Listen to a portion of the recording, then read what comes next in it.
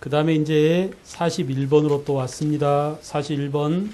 표와 같은 교육과정이 시행된 시기, 뭘 묻고 있는 문제입니까? 시기와 관련된 문제입니다.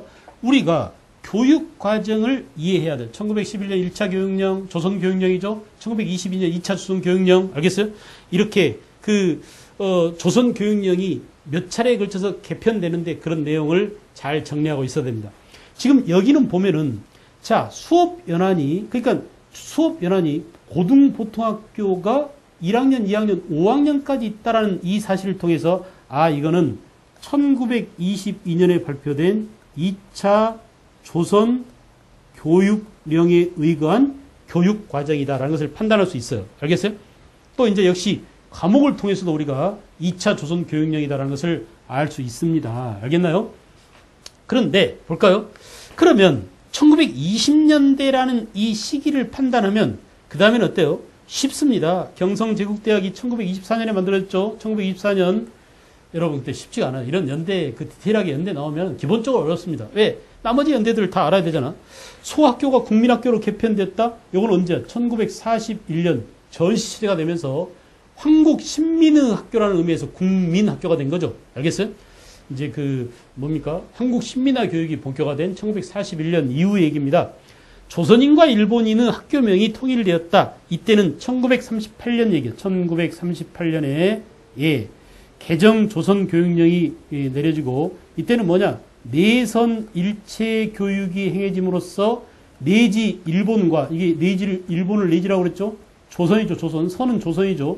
조선이 하나다. 이렇게 함으로써 이제 우리를 사실은 일본과 동등하게 대우해 주는 것이냐, 학교 이름도 전부 다 일본하고 똑같이 하고, 교육 과정도 똑같이 하고 했는데, 사실은 이게 뭡니까?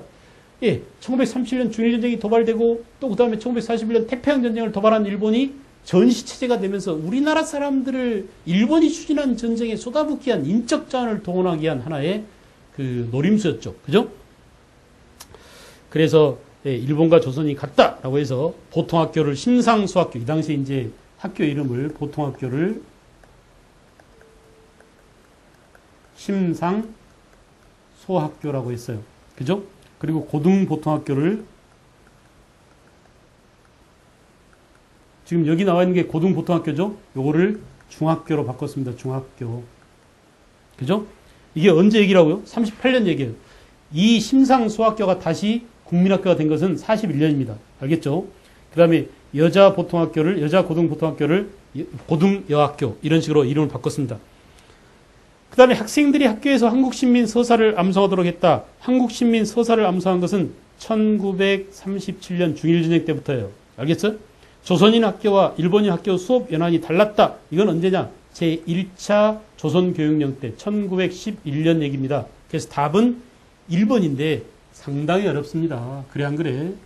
이게 20년대 교육과정이라는 것을 알아내는 것도 어려울 뿐만 아니라 나머지 중에서 20년대를 찾는 것도 그렇게 만만하게 쉬운 문제가 아니었더랬습니다. 알겠어요? 역시 여러분들을 많이 괴롭힌 그런 문제였을 겁니다. 여기 이제 다음 시험 볼 여러분들은 여기에 대비해야 되겠죠? 그래 안 그래? 1차 조선교육령 너무 많아지면 선생님이 다 못해주는데 1차, 2차, 3차 이렇게 조선교육령이 변환되는 과정에서 시기별로 어떻게 일본의 교육정책이 조선에서 관철되어 가는지 이런 내용들을 여러분들이 쫙 깨고 있어야 돼요. 알았어요? 앞에 선생님이 앞에 문제를 하면서 한번 칠판에 정리해드린 경우가 있습니다. 알겠죠?